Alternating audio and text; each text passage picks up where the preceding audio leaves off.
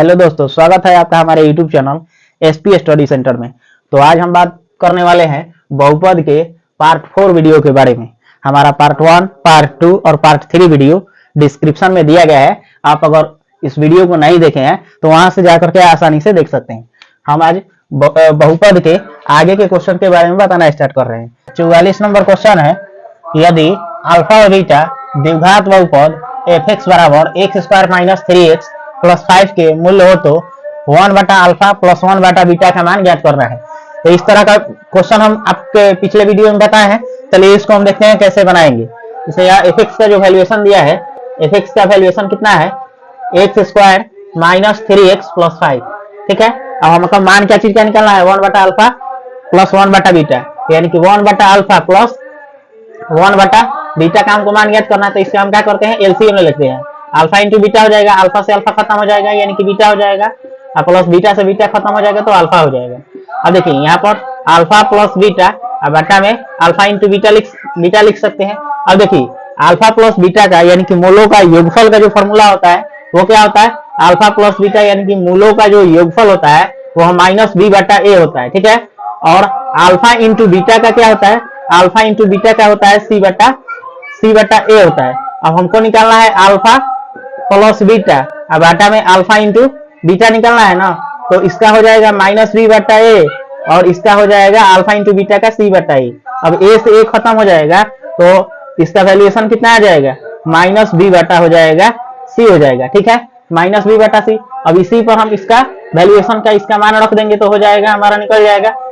अब यहाँ से बी का वैल्यूएशन कितना दिया है, -3 दिया है और सी का वैल्यूएशन 5 दिया है। तो यहाँ से b बराबर माइनस तो पहले से होता है और यहाँ माइनस में दिया है इसका मान भी, तो -3 बटा और c का वैल्यूएशन कितना है 5, तो माइनस माइनस क्या हो जाएगा, प्लस हो जाएगा। यानी कि यहाँ से कितना हो जाएगा, यहाँ से माइनस माइनस प्लस हो गया यानी कि 3 बटा 5। हमारा कितना आंसर हो जाएगा, 3 बटा 5। यानी कि 1 बटा अल्फा प्लस 1 बटा बीटा का वैल्यूएशन कितना निकल करके आया है, 3 बटा 5। तो यहाँ कौन सा ऑप्शन दिया गया है, ऑप्शन नंबर ए जो है हमारा सही उत्तर हो जाएगा। ठीक है दोस्तों, देखिए इसको डायरेक्ट इस तरह का क्वेश्चन को बनाने के लिए आप डायरेक्ट फॉर्मूला ही याद रखिए कि क्या हो जाएगा, यानी कि 1 बटा अल्फा प्लस 1 बटा बीटा जब दिया है तो इसको डायरेक्ट फॉर्मूला ही आप याद रखिए एक तरह से, माइनस में बी बटा सी। डायरेक्ट इस तरह से क्वेश्चन बना सकते हैं। नहीं तो थोड़ा सा सोल्यूशन करेंगे तो हम आगे भी निकाल सकते हैं, लेकिन उतना ज्यादा सोल्यूशन करने की जरूरत नहीं है। जब ऑब्जेक्टिव में पूछ रहा है, बहुविकल्पिक में पूछ रहा है तो हम बहुविकल्पिक ही जैसा जवाब देंगे। चलिए हम आगे देखते हैं। 46 नंबर क्वेश्चन है, यदि बहुपद px बराबर x² माइनस 2x प्लस 5 के शून्यक है, अल्फा बीटा हो तो अल्फा गुना बीटा का मान बताना है कि क्या होगा, अल्फा इंटू बीटा का मान बताना है क्या होगा। तो अल्फा इंटू बीटा, यहाँ से px का वैल्यूएशन कितना दे दिया है, px का वैल्यूएशन दे दिया है आपका x² minus 2x minus plus 5 दे दिया है। ठीक है, हमको मान क्या चीज का निकालना है, अल्फा इंटू बीटा का मान। तो अल्फा इंटू बीटा का मान का फॉर्मूला क्या होता है, सी बटा ए होता है। और यहाँ सी का वैल्यू कितना दे दिया है, 5 दे दिया है, और ए का वैल्यूएशन क्या है, x² का गुणांक 1 है तो 1 लेंगे।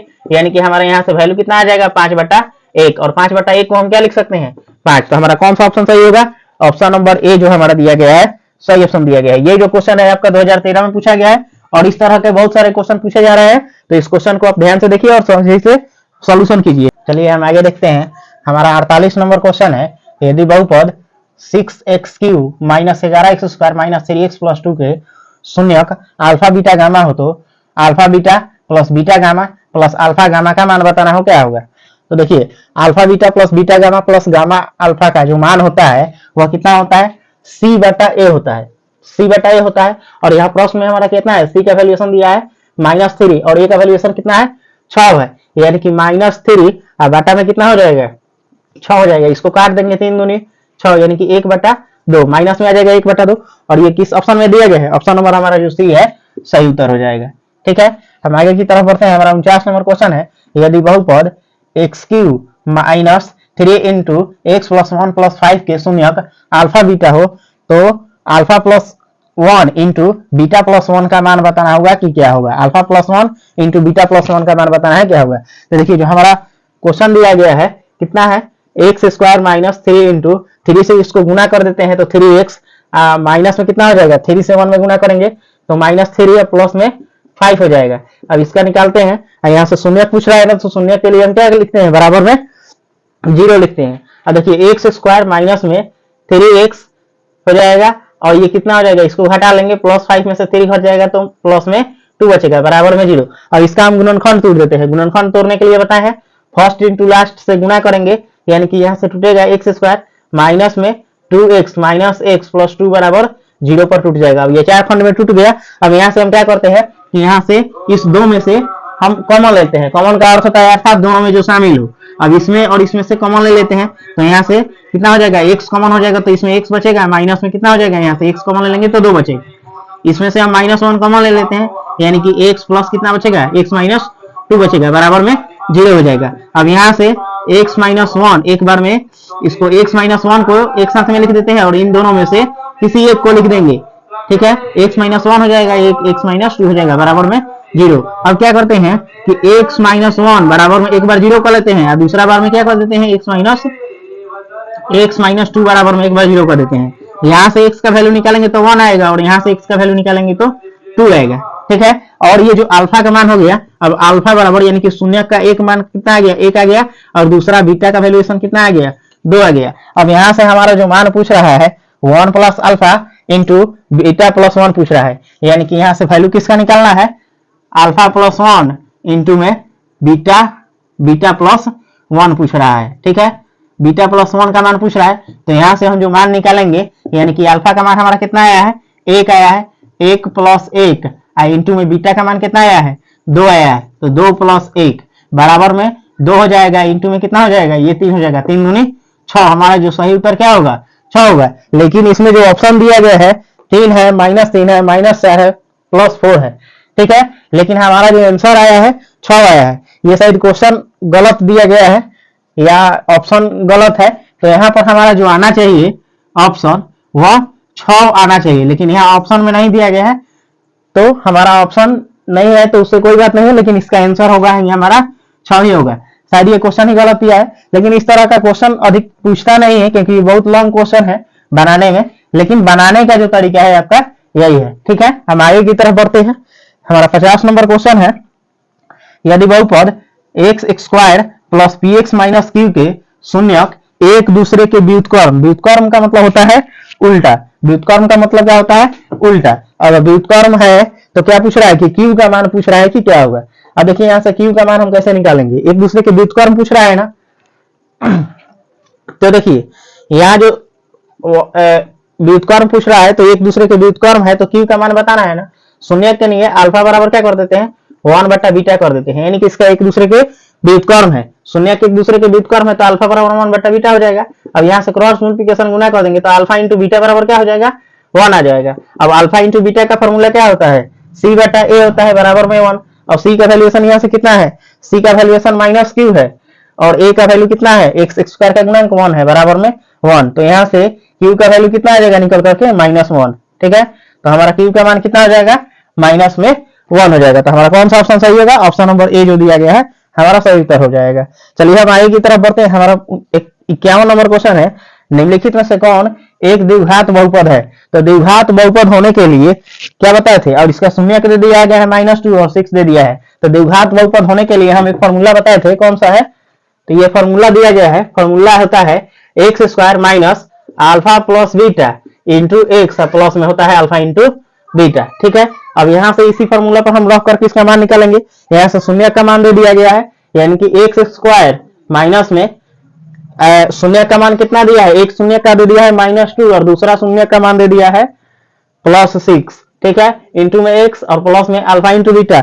एक शून्य है -2 यानी कि -2, बीटा का मान दे दिया है 6। अब यहाँ से इसी का मान निकाल करेंगे एक्स स्क्वायर, और देखिए यहाँ पर माइनस है, -6 में से 4 जाएगा, -2 में से 4 6 जाएगा, 4 बचेगा, और माइनस से जब गुना कर देंगे तो माइनस में कितना आ जाएगा 4x, ठीक है। अब यहाँ देखिए -2 है, -2 में 6 से गुना करेंगे तो माइनस में 12 हो जाएगा। तो हमारा क्या ऑप्शन होगा, एक्स स्क्वायर -4x -12। तो 21 ऑप्शन में दिया गया, ऑप्शन नंबर जो है ए नंबर में दिया गया है, ऑप्शन ए हमारा क्या हो जाएगा, राइट आंसर हो जाएगा। चलिए हम आगे बढ़ते हैं। हमारा 52 नंबर क्वेश्चन है, यदि बहुपद px का एक गुणनखंड x + 1 हो तो बहुपद px का शून्यक होगा। px का शून्यक क्या होगा, तो देखिए शून्यक ज्ञात पूछ रहा है। यहाँ पर हमारा गुणनखंड कितना दिया है, x + 1 दिया है। तो शून्यक ज्ञात करने के लिए हम क्या करेंगे, इसके बराबर में 0 कर देंगे, यानी कि x का वैल्यूएशन कितना आ जाएगा, यहाँ से -1 होगा, यानी कि हम x का वैल्यू जब -1 रखेंगे तो यह शून्य प्राप्त हो जाएगा, इसलिए हमारा आंसर क्या हो जाएगा, ए नंबर हमारा जो ऑप्शन होगा सही उत्तर होगा। चलिए हम आगे की तरफ बढ़ते हैं। हमारा 53 नंबर क्वेश्चन है ax³ + bx² + cx + d त्रिघाती बहुपद एक शून्यक शून्य हो तो उसके अन्य शून्यकों का गुणनफल होगा, यानी कि अन्य शून्यकों का गुणनफल पूछ रहा है। शून्यकों यानी कि alpha beta plus beta gamma plus gamma alpha, चाहे अल्फा गामा का वैल्यूएशन पूछ रहा है क्या होगा। तो इस तरह का क्वेश्चन हम अभी बताए हैं, इसका फॉर्मूला क्या होता है, -c/a होता है। तो हमारा सही उत्तर क्या हो जाएगा, सॉरी c/a होता है। तो हमारा सही उत्तर क्या हो जाएगा, ऑप्शन नंबर बी हमारा सही उत्तर हो जाएगा। चलिए हम आगे की तरफ बढ़ते हैं। हमारा 54 नंबर क्वेश्चन है x⁻n+1 एक गुणांक क्या दिया गया है, x+1 है, सिर्फ तभी संभव होगा, यानी कि ये सब सिर्फ तभी होगा जब क्या इसमें सही है। तो हम इस तरह का जो क्वेश्चन दिया गया है, पहला वाला जो चैप्टर वास्तविक संख्या का बताया गया था उसमें m+1 रहता है, यानी कि m का वैल्यूएशन क्या रहे, कोई भी संख्या हम निकालेंगे, कोई भी संख्या रखेंगे तो यहाँ से क्या प्राप्त होगा, 2m+1 रहता है ना, 2m+1 चाहे 2x+1 रहता है, तो इस रूप में रहता है। तो इसमें कोई भी प्राकृतिक संख्या रखा जाए तो यहाँ से क्या प्राप्त होता है, हर बार विषम संख्या प्राप्त होता है। जैसे कि 2m+1 है, यानी कि 2 m के स्थान पर 1 रखेंगे, +1 करेंगे तो कितना होगा, 2 का 1 2 का 2 1 3 हो जाएगा। यहाँ से m बराबर अगर 2 रखेंगे तो 2 + 2 + 1 बराबर कितना होगा, 5, यानी कि हर बार हमारा विषम संख्या पूरा प्राप्त होगा। तो इसलिए हमारा इसका सही उत्तर क्या हो जाएगा, ऑप्शन नंबर जो भी होगा सही उत्तर होगा, n एक विषम पूर्णांक है। चलिए हम आगे बढ़ते हैं। हमारा 55 नंबर क्वेश्चन है p के मान जिसके लिए बहुपद x³ + 4x² - px + 8 का पूर्णतः यानी कि x + x - 2 से भाज्य होगा। तो x - 2 से भाज्य होने के लिए हम क्या करते हैं कि x - 2 का जो दिया गया है ना, इसके बराबर में हम 0 कर लेते हैं भाज्य करने के लिए, यानी कि x - 2 बराबर कितना हो जाएगा, 0। यहाँ से x का वैल्यू कितना आ जाएगा, 2 आ जाएगा। अब यहाँ जहां जहां x दिया है वहां वहां हम क्या करते हैं, इसका x बराबर 2 रख देते हैं, यानी कि x³ यानी कि 2 का क्यूब हो जाएगा, प्लस में 4 × x² दिया है तो x के स्थान पर 2 रखेंगे तो 2 का स्क्वायर हो जाएगा, माइनस में p के x के स्थान पर 2 रखेंगे तो यहाँ से 2p हो जाएगा, बराबर प्लस में कितना हो जाएगा, 8 हो जाएगा, बराबर में 0 हो जाएगा। ठीक है, शून्यक बता रहे हैं। तो अब यहाँ से 2 का क्यूब कितना हो जाएगा, 8 हो जाएगा, प्लस में 2 दूनी 4 4 चौके 16, माइनस में 2p अब प्लस में कितना हो जाएगा, 8 बराबर में 0 हो जाएगा। अब इसको जोड़ देते हैं, कितना हो जाएगा, 8 और 8 16, 16 दूनी 32, बराबर में कितना हो जाएगा, माइनस में है तो ये प्लस में चल जाएगा, 2p 2 से काट देते हैं तो कितना हो जाएगा, p बराबर कितना हो जाएगा, 16 हो जाएगा। यहाँ से हमारा p का मान कितना आ जाएगा, 16 आ जाएगा। तो हमारा कौन सा ऑप्शन सही हो जाएगा, ऑप्शन नंबर जो दिया गया है हमारा सही उत्तर हो जाएगा। चलिए हम आगे देखते हैं। हमारा 57 नंबर क्वेश्चन है किसी द्विघात बहुपद के शून्य के यदि 2 एवं 6 है तो द्विघात बहुपद होगा।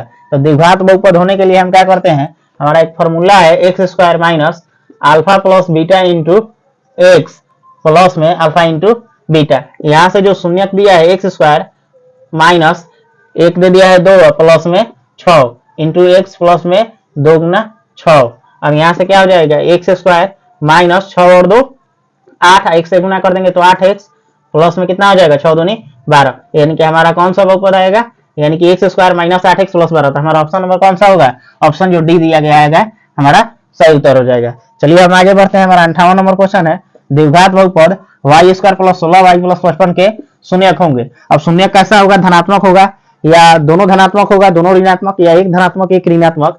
तो इसके लिए हम क्या करते हैं, यानी कि इसका गुणनखंड तोड़ देते हैं, y² + 16y प्लस में कितना दिया है, 55 दिया है, बराबर में शून्य के निकालने के लिए बराबर में क्या कर देते हैं, 0 कर देते हैं। अब देखिए इसको हम गुणनखंड तोड़ेंगे, यानी कि y² + 16y यानी कि 16y टूटेगा आपका 11y या प्लस 5y प्लस में 55 दिया है, बराबर में 0। अगर गुणनखंड तोड़ने नहीं है तो यहाँ से देखिए क्या करेंगे, जो इसका फर्स्ट इंटू लास्ट से गुना करेंगे तो हमारा कितना आएगा, 55y² आएगा ना, 55y²। 55 को हम क्या करते हैं, गुणनखंड कर देते हैं, यानी कि 55 को गुणनखंड कर देंगे तो कितना होगा, 5 से करेंगे तो 11, यानी कि 11 5 पर यहाँ से हमारा टूट जाएगा। चलिए हम आगे देखते हैं। अब इसमें दो के पार्ट में बांट लेंगे। अब यहाँ से क्या हो जाएगा, y हम कॉमन ले लेंगे, यानी कि यहाँ बच जाएगा y या प्लस में बच जाएगा 11।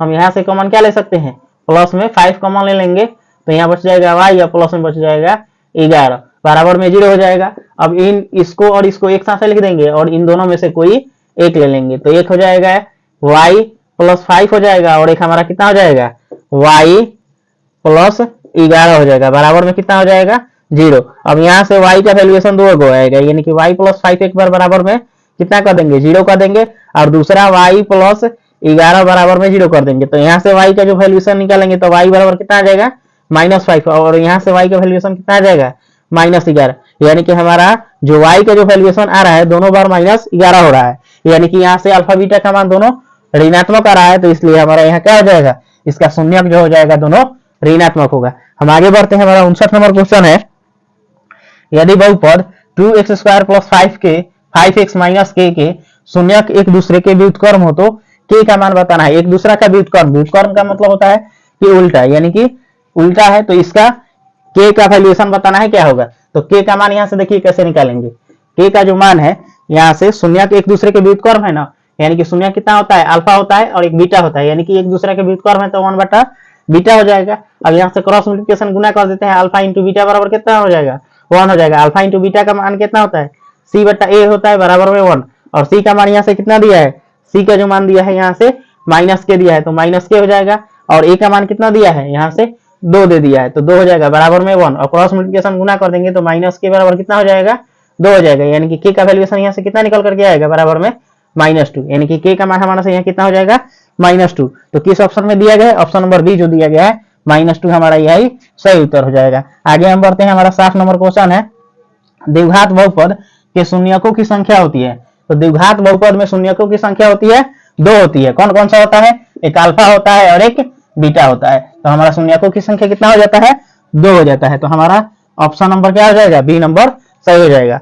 अब इस वीडियो को हम यही बहुपद का जो वीडियो है इसी पर समाप्त करते हैं। हमारा लास्ट क्वेश्चन जो है 60, यही 60 पर हम समाप्त करते हैं। चलिए, और आप इस वीडियो में अगर नए हैं तो हमारे चैनल को लाइक सब्सक्राइब और शेयर जरूर कीजिए। ये जो वीडियो है बहुपद का यहीं पर अंत करते हैं, और आप फर्स्ट सेकेंड और थर्ड वीडियो नहीं देखे हैं तो हमारा जाकर के आप डिस्क्रिप्शन में आसानी से देख सकते हैं, वहां मैथ को आसान भाषा में सही से समझाया गया है।